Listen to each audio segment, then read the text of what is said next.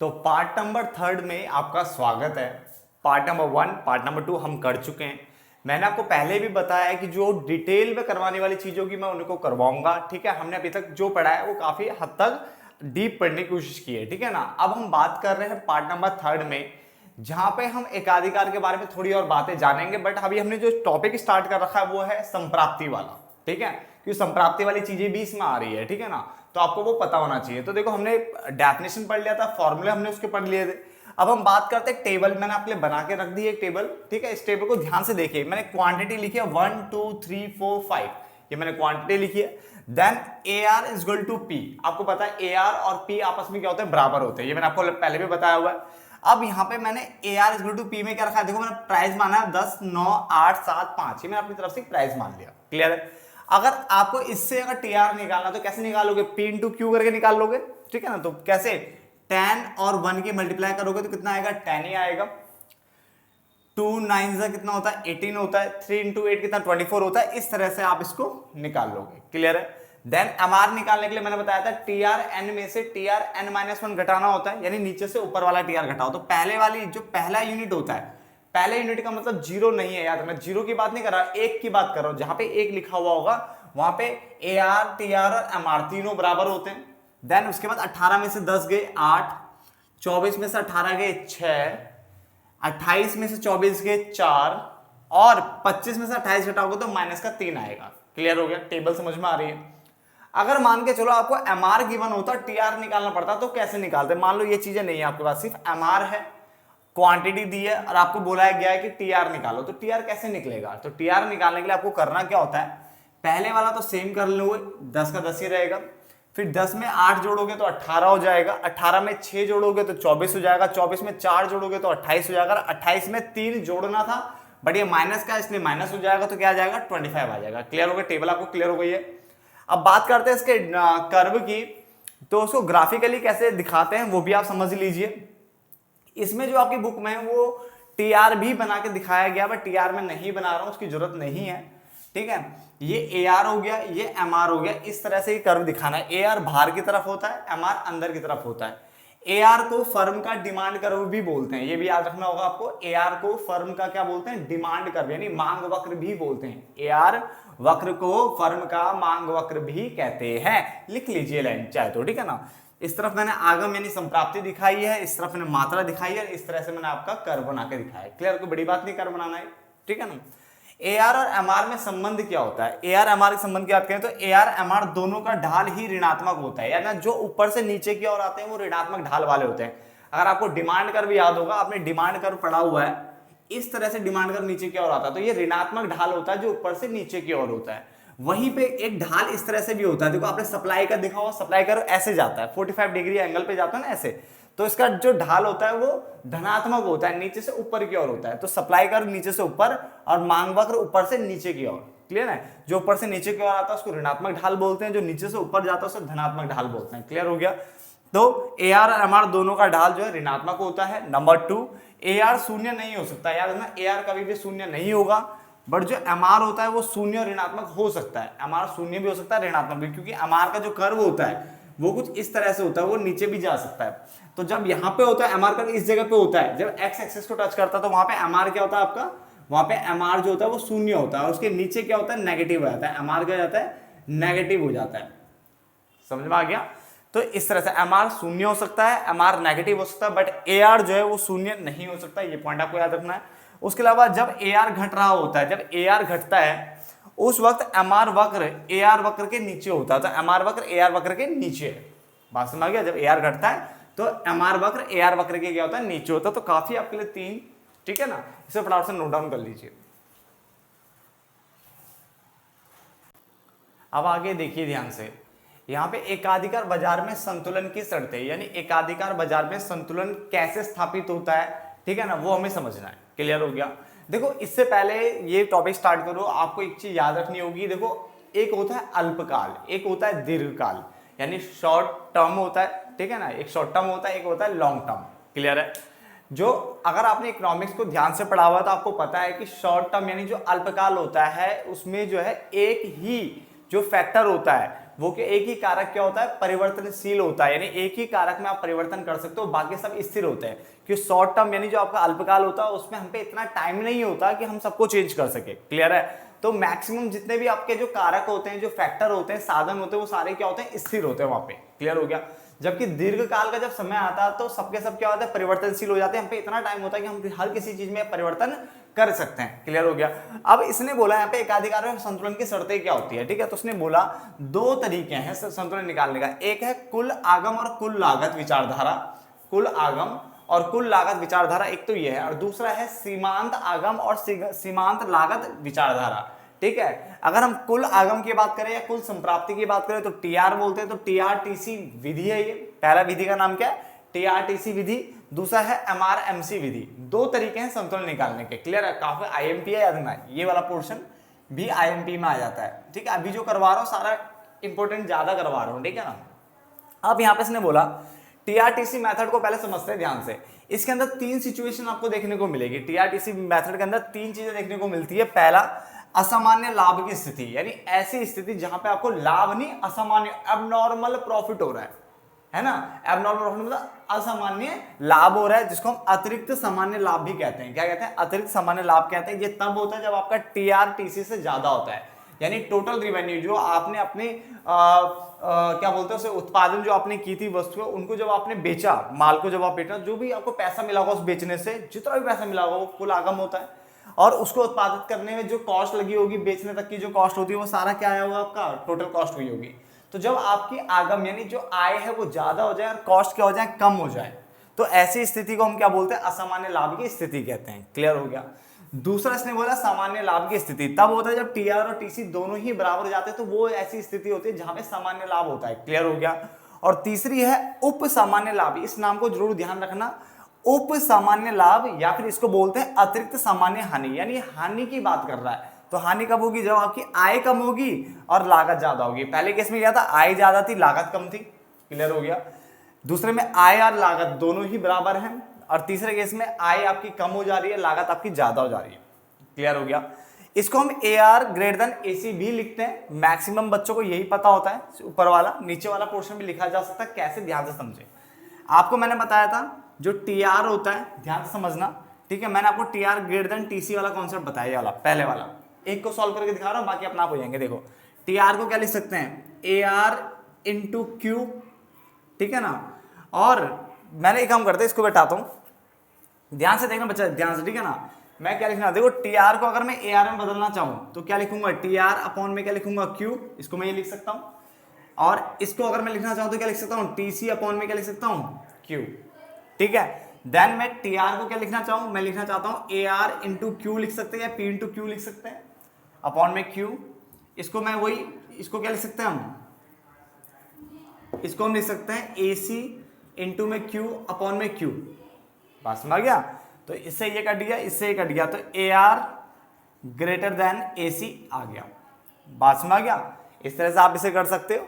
बात समझ गया ना? या फिर अगर आप सीधा दिखाना चाहो तो इसको आप AR इंटू Q, इसको भी क्या लिख सकते हो, AC इंटू Q, Q से Q कट जाएगा, बच जाएगा आपका AR ग्रेटर देन क्या चीज, AC। ठीक है ना?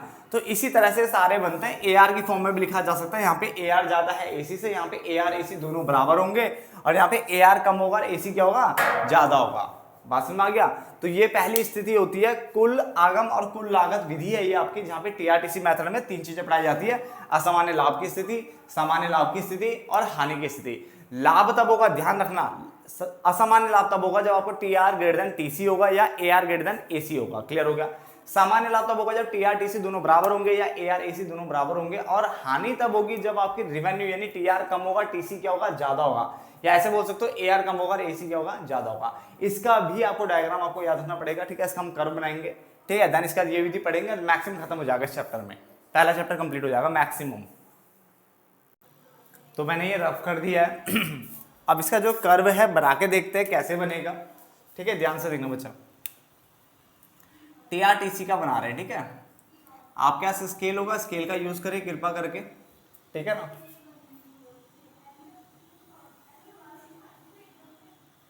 ये X एक्सिस हो गया, ये Y एक्सिस हो गया, ये 0 हो गया। यहाँ पे मैं आपका ले रहा हूँ TR एंड TC ले रहा हूँ मैं इस तरफ मैं मात्रा ले रहा हूँ यानी Q। क्लियर हो गया? यहाँ तक आपको दिख तो रहा होगा ना, चुप है ना, कुछ छूट तो नहीं रहा? नहीं। चलो अब देखो, सबसे पहले हम क्या करेंगे, आप एक काम करो, सबसे पहले आप TR बना लीजिए। ठीक है, TR का कर्व कुछ इस तरह से बना लीजिए। ठीक है, इस तरह से आप TR बना सकते हो। ठीक है, TR दो तरह के, अगर पूर्ण प्रतियोगिता बाजार चल रहा होता तो TR ऐसे नहीं बनता, याद है ना, पूर्ण प्रतियोगिता बाजार में TR ऐसे बनता है, बिल्कुल सीधा।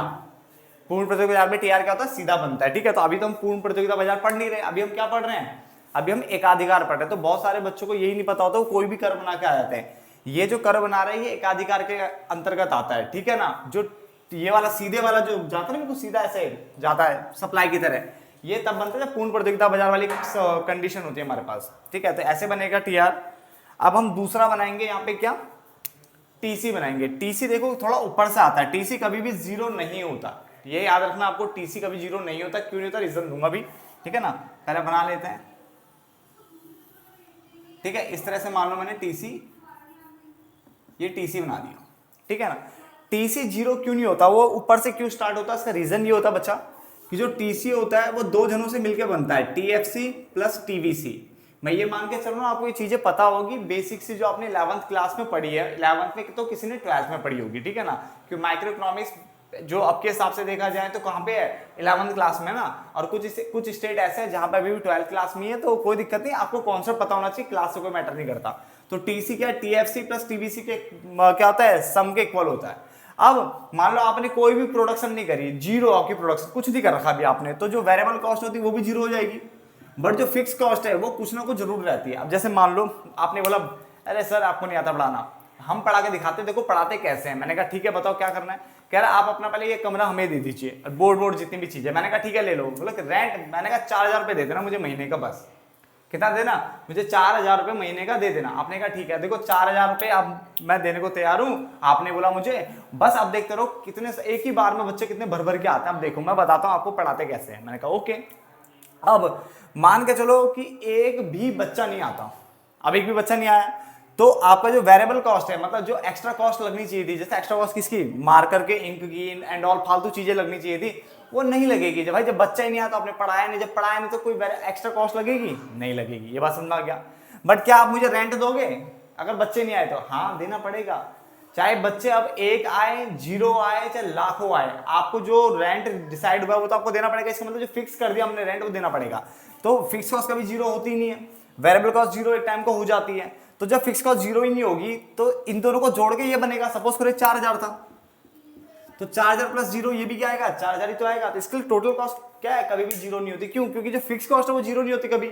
जब ये फिक्स 0 नहीं हो सकती तो TC भी कभी 0 नहीं हो सकती। इसीलिए जो TC होता है वो कहां से आता है, थोड़ा ऊपर से आता है। बात समझ आ गया ना? तो अब हम बात करते हैं आगे।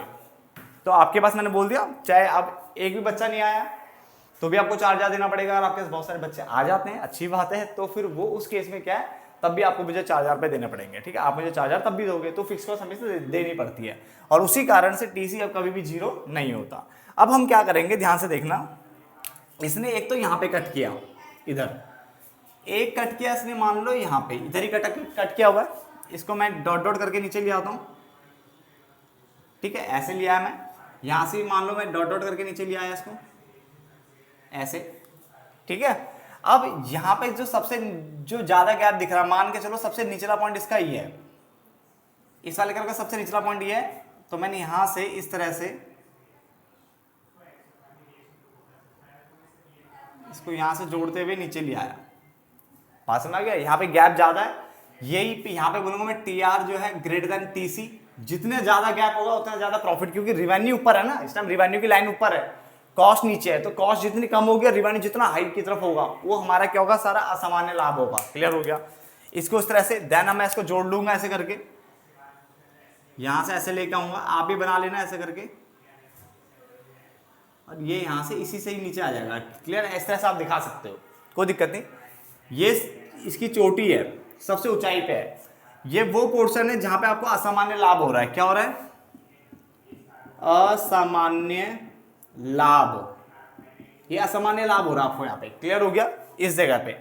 और अगर आपने एक भी मात्रा ऊपर नीचे करी है, अगर आपने ज्यादा प्रोडक्शन करने की कोशिश करी, ज्यादा करोगे, ये मात्रा ये रही, ज्यादा करोगे तो भी गिरोगे और कम करोगे तो भी गिरोगे। इसका मतलब ये वो कंडीशन है, ये वो मात्रा है जिसको प्रोड्यूस करने के बाद आप असामान्य लाभ यानी सबसे ऊंची चोटी पे खड़े हो, ऊंचाई पे। अब ज्यादा प्रोडक्शन करोगे तो भी गिरोगे, कम करोगे तो भी गिरोगे। यही वो स्थिति है जहां पे क्या आपको असामान्य लाभ होता है। क्लियर हो गया? तो ये संतुलन की स्थिति है। संतुलन कब होगा? जब T R greater than TC होगा। क्लियर हो गया? T R greater than TC. फटाफट नहीं है, आप बोलोगे ये चीज समझ नहीं आया, चलो ठीक है, T R greater than TC भी दिख गया, मगर इससे संतुलन कैसे हुआ? देखो संतुलन कैसे हो रहा है, ध्यान समझो। देखो ये भी 11th क्लास में आपने पढ़ा हुआ है कि देखो फर्म यानी उत्पादक, ठीक है। अब एक होता है उत्पादक, एक होता है उपभोक्ता। मान लो हम उपभोक्ता है, तो हमें संतुलन कब होता है? जब हम अपने पैसे को कहीं भी खर्च करें ना, बट हमें मैक्सिमम क्या मिल जाए? सेटिस्फैक्शन मिल जाए। उपभोक्ता तब संतुलन की स्थिति में आता है जब उसको अधिकतम संतुष्टि प्राप्त होती है पैसे खर्च करने के बाद। क्लियर है? अगर आप 10 रुपए कहीं खर्च करके आ रहे हो और आप बोले है मजा नहीं आया, तो उसका मतलब आप संतुष्ट नहीं हो, आप संतुलन की स्थिति में नहीं हो। बट अगर आप 10 रुपए ऐसे खर्च करते हो कि आपको मैक्सिमम, आपको तो वाह मजा आ गया, तो उसका मतलब आप संतुलन की अवस्था में आ गए। बात समझ आ गया? इसी तरह से हम यहाँ पे भी पढ़ सकते हैं। उत्पादक कब होगा? उत्पादक यानी फर्म। फर्म कब संतुलन की अवस्था में आएगी? जब उसको मैक्सिमम क्या मिलेगा? प्रॉफिट। क्या मिलेगा? मैक्सिमम। तो ज्यादा से ज्यादा फर्म जो है लाभ के लिए जाती है और उपभोक्ता संतुष्टि के लिए जाता है। यानी फर्म यानी जो उत्पादक है वो लाभ के लिए भागता है, प्रॉफिट कमाना, ये एक मोटिव रहता है उसका। और जो हमारा उपभोक्ता होता है उसका काम होता है संतुष्टि और सेटिस्फैक्शन के लिए लड़ता है। ठीक है, फटाफट नोट डाउन करो। अब आगे देखिए ध्यान से, ठीक है। इसमें लिखा है एमआर और एमसी विधि, ये दूसरी विधि है आपके पास, एमआर एमसी विधि। और इस विधि के हिसाब से देखा जाए तो उसने बोला इसके अनुसार उत्पादक जो है अपना संतुलन तब प्राप्त करता है। उत्पादक बोलो या फर्म बोलो एक ही बात है। तो इसके अनुसार उत्पादक यानी जो फर्म है, तो उत्पादक अपना संतुलन तब प्राप्त करता है जब पहला एमआर एमसी के बराबर हो। किसके बराबर हो? एमआर एमसी के बराबर हो। और लिखा है यानी है दोनों को ही, देखो अगर मान लो इसको से पूरा कर रहा है बट ये नहीं हो रहा है तो फिर नहीं हो पाएगा। दोनों ही कंडीशन सेटिस्फाई होनी चाहिए, ये भी और ये भी, तभी तो मैंने और लिखा बीच में दोनों। ठीक है ना? पहला एमआर बराबर एमसी दिखना चाहिए और दूसरा जो एमसी वक्र है, जो एमसी है सीमांत लागत वक्र, किसको? सीमांत आगम वक्र को। एमसी वक्र एमआर वक्र को नीचे से काटेगा। देखो ऊपर से नहीं काटना, नीचे से काटना है। ठीक है ना? नीचे से काटेगा और एमआर से क्या हो जाएगा? अधिक हो जाएगा। बात को समझना। पहला एमआर बराबर एमसी दिखे और दूसरा क्या बोला? सीमांत लागत यानी जो हमारा एमसी कर्व है वो एमआर वक्र को नीचे से कट करेगा और फिर उससे क्या हो जाएगा? अधिक हो जाएगा। ये पॉइंट आपको याद रखना है। ठीक है ना? इसके भी ऐसे 4 डायग्राम है बट मैं आपको 3 सिखाऊंगा। ठीक है ना? और थोड़ी सी थ्योरी लिखवा करके पहला चैप्टर हम क्लोज करने वाले हैं। ठीक है? तो नेक्स्ट पार्ट में मिलते हैं, तब तक के लिए धन्यवाद दोस्तों।